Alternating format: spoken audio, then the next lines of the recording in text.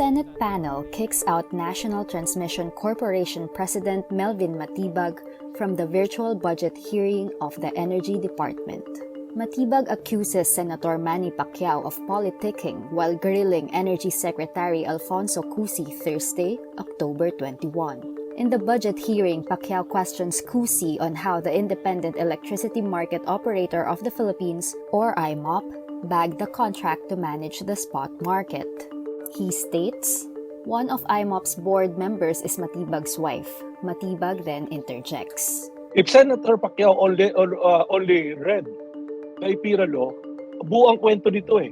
TransCo noon ang operator muna bago nag-PEMC. At tinransfer yan sa PEMC, wala na TransCo dyan. Alam niyo, let's call a spade dito sa hearing na to eh. This is all political, Senator Pacquiao. Committee Chair Senator Sherwin Gatchalian then calls out Matibag for insinuating Pacquiao's policy questions are politically driven. This is my committee and you have no right of calling this hearing a political hearing. This is a budget hearing. The senators are entitled to ask policy questions. So you have no right of calling this a political hearing. You're out of order. Pacquiao adds, Matibag is out of line. Bastos itong si Atty. Matibag eh. Matibag, PDP Laban Secretary General, is allied with the Cusi faction of the ruling party. Cusi and Pacquiao lead the warring factions of PDP Laban. Presidential aspirant and Manila Mayor Isko Moreno vows to cut excise taxes on oil and electricity by 50% if he is elected president. In a dialogue with farmers in Tarlac Thursday, October 21, Moreno says this move will ease the burden on farmers and jeepney drivers whose livelihood depend on oil prices. If given a chance, pala rin ako. Ang unang-una ko gagawin is babawasan ko ng 50% ang buwis ng langis. 50% tax cuts sa oil, 50% tax cuts sa kuryente. At sigurado ako, para ko nang binigyan ng ayuda hanggang bundok ng tralala.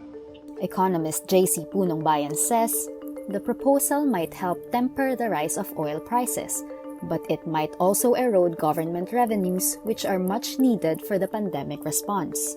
Moreno does not explain how long he will keep the oil and electricity taxes halved under his presidency. But in a press release sent after the event, his proposal is described as a moratorium on taxes, suggesting it will be a temporary measure. Need more context, clarity, and perspective? Get the full picture with Rappler Plus.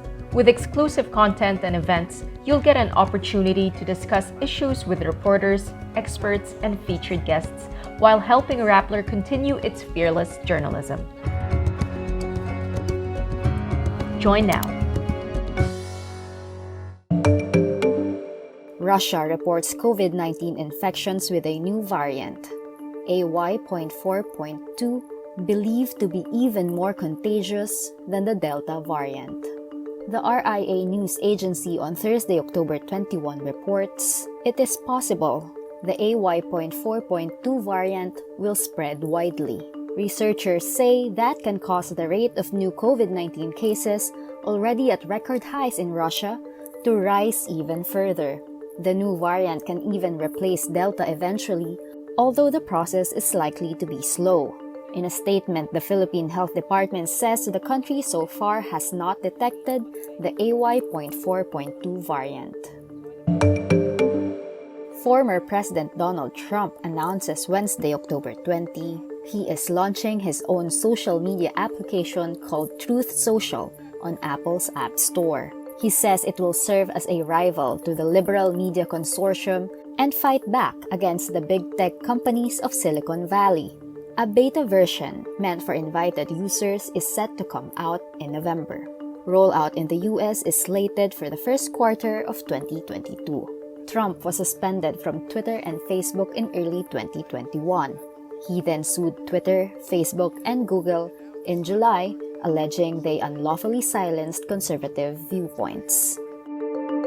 Meantime, District of Columbia Attorney General Carl Racine names Facebook CEO Mark Zuckerberg as defendant to a lawsuit regarding the Cambridge Analytica scandal. Racine says the Facebook CEO was, quote, personally involved in decisions related to Cambridge Analytica and Facebook's failure to protect user data.